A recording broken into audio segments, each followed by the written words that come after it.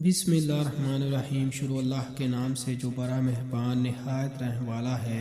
نبی کریم صلی اللہ علیہ وآلہ وسلم نے فرمایا، جب مسلمان اللہ کی رضا اور حصول ثواب کی نیت سے اپنے اہل و عیال پر خرچ کرتا ہے تو وہ اس کے لیے صدقہ ہے۔ نبی کریم صلی اللہ علیہ وآلہ وسلم نے فرمایا، سب سے بڑا سود، سب سے بڑی زیادتی یہ ہے کہ انسان ناحق کسی کی عزت سے کھیلے۔ رسول اللہ صلی اللہ علیہ وآلہ وسلم نے فرمایا، تمہارا رب اپنے بندے کی اس بات سے خوش ہوتا ہے جب وہ کہتا ہے کہ اے اللہ میرے گناہ بخش دے، کیونکہ تیرے سوا کوئی اور ذات نہیں ہے جو گناہوں کو معاف کر سکے۔ حضرت علی رضی اللہ عنہ بیان کرتے ہیں، رسول اللہ صلی اللہ علیہ وآلہ وسلم نے جنازہ دیکھ کر ہمیں کھڑا ہونے کا حکم فرمایا، اس کے بعد پھر آپ بیٹھ گئے تو آپ نے ہمیں بیٹھ جانے کا حکم فرمایا۔